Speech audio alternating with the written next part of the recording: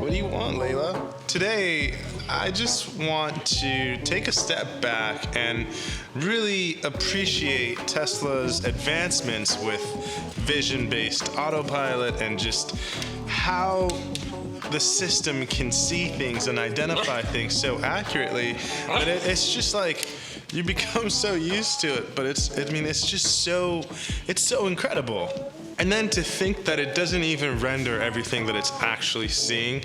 Like, what I'm seeing on the screen is a simplification of what the computer is seeing.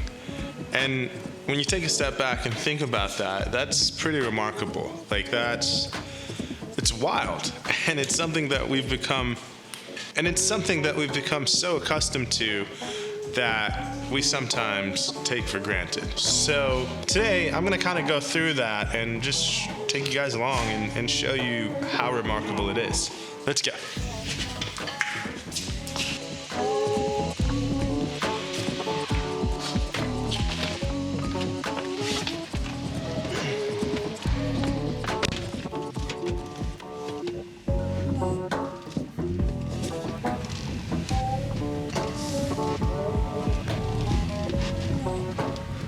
So right now, I'm just gonna get out and see what it sees me as. So right now, I'm gonna get out of the car and see if the car can see me. But I think the problem is, it's probably not gonna see me because the car actually needs to be in drive mode, right? It needs to be in this mode. But if I get out, that'll automatically go into park mode.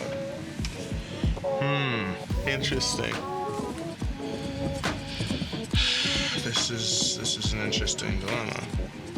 So what I'm gonna try and do is get out and then summon the car forward and see if it sees me on this camera.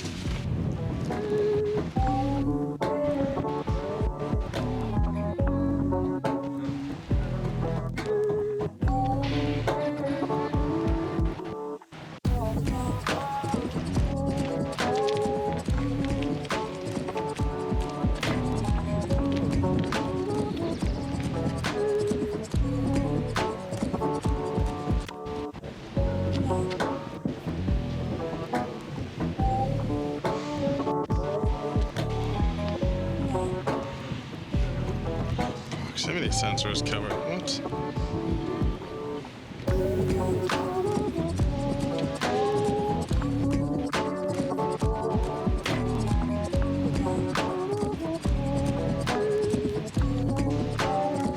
So I'm super curious to see what that looks like on the screen because I have no idea.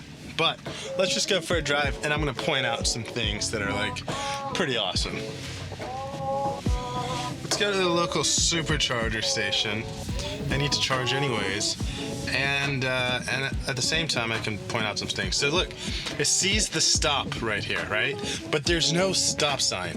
But it literally reads the ground. Because right in front of us, it's faintly written, stop, okay? It's just so cool. Stop sign again, here it is. It shows the car that's parked on the street in front of me. And that's pretty cool, that's pretty wild.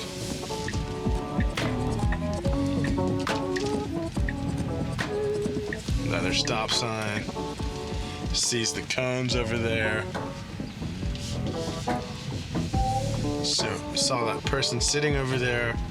Here's another stop sign. So even though it's a makeshift stop sign, it sees it. And it also sees the cones in front. This is just so wild. Let's see. Wow. There goes the stop sign in front of us. You see it here, and you see it right there.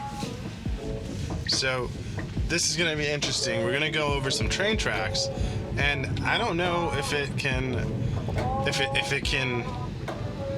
I don't know if it can distinguish what rail tracks are, if it knows that symbol, but my guess is that it probably does know it. But let's check it out. There it is. That's so cool. Railroad crossing. Okay. And it sees the track lights and basically, it knows that this is a train track crossing. So again, speed limit, it sees that. It sees the cars in front. It sees the turn signal. It also sees the railroad crossing right there. I mean, that's the advantage of using cameras to see everything, is you can actually view things like how they're intended, how they were designed to be viewed, right? Like the road system is designed to be viewed with a visual optical sensor being the eye. And so if you have cameras everywhere and you train the system to be able to recognize everything, then like it's inevitable that the car will eventually learn everything and know what everything is, strictly based on visuals. And that's pretty wild.